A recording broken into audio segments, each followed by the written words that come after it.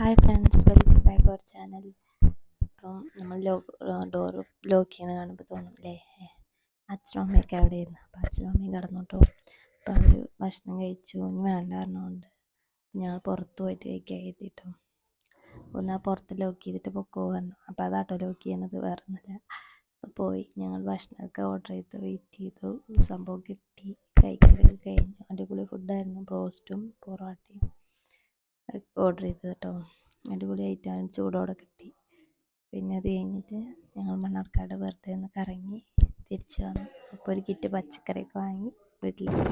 അപ്പോൾ ഈ വീഡിയോ ഇഷ്ടമായാൽ ലൈക്ക് ചെയ്യുക, സപ്പോർട്ട് ചെയ്യുക, സബ്സ്ക്രൈബ് ചെയ്യുക മറക്കല്ലേ. അപ്പോൾ അടുത്ത വീഡിയോ കാണാം.